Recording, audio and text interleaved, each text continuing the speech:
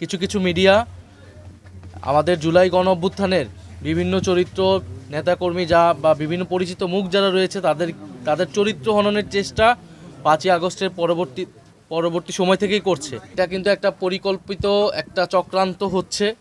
জুলাই গণ অভ্যুত্থানের নেতাকর্মীদেরকে সারা দেশে চাঁদাবাজ দুর্নীতিবাজ হিসেবে চিত্রিত করার জন্যই এই ধরনের মিডিয়া দ্বারা পরিকল্পনা করা হচ্ছে। তাহারিমা জান্নাত সুরভী তিনি যদি কোনো অন্যায় করে থাকতেন, তিনি দেশের একজন নাগরিক হিসেবে যে আইনি এবং নাগরিক সুবিধা সুযোগ পাওয়ার কথা ছিল, তার যে অধিকার ছিল সেটা কিন্তু তিনি পাননি এবং স্পষ্টতই তার সাথে কোনো ন্যায় বিচার করা হয়নি।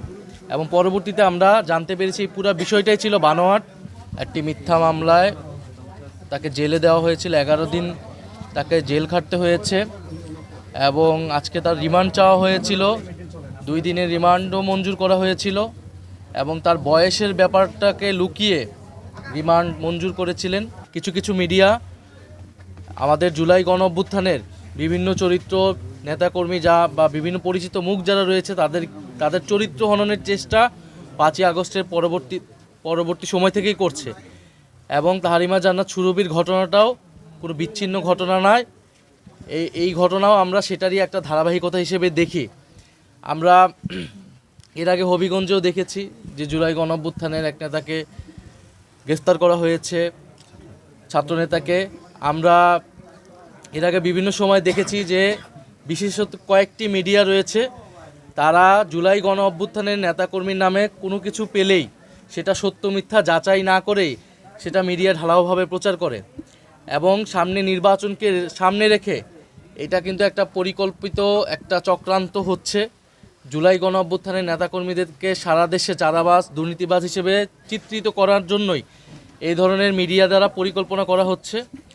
এবং এইটা কিন্তু বাংলাদেশের জনগণ জানে 5ই আগস্টের পরে কারা চাঁদাবাজি করেছে, কারা দুর্নীতি করেছে, কারা জমি দখল করেছে। সেই ঘটনাকে লুকানোর জন্য, প্রকৃত চাঁদাবাজদেরকে লুকানোর জন্য জুলাই গণ অভ্যুত্থানের নেতাকর্মীদের উপরে এই ধরনের মিথ্যা দোষারোপ করার চেষ্টা করা হচ্ছে। এই মিডিয়াগুলো কারা পরিচালনা করছে, তাদের মালিক, তাদের সম্পাদকদের কারা বসিয়েছে 5ই আগস্টের পরে, এটাও কিন্তু বাংলাদেশের মানুষ জানে। ফলে আমরা নির্বাচনকে ঘিরে যদি দেখি যে মিডিয়া নিরপেক্ষ অবস্থান না নেয়, বেশিরভাগ মিডিয়া কোনো একটা দলের পক্ষে অবস্থান নেয়, কারণ আমরা স্পষ্ট এটা দেখতেছি দেশের বড় 2টি মিডিয়া হাউসের সম্পাদক তারা একটি দলের মঞ্চে উঠে বক্তৃতা দিচ্ছে, একটা দল বিজয়ী হবে সেই ধরনের প্রচারণা করছে।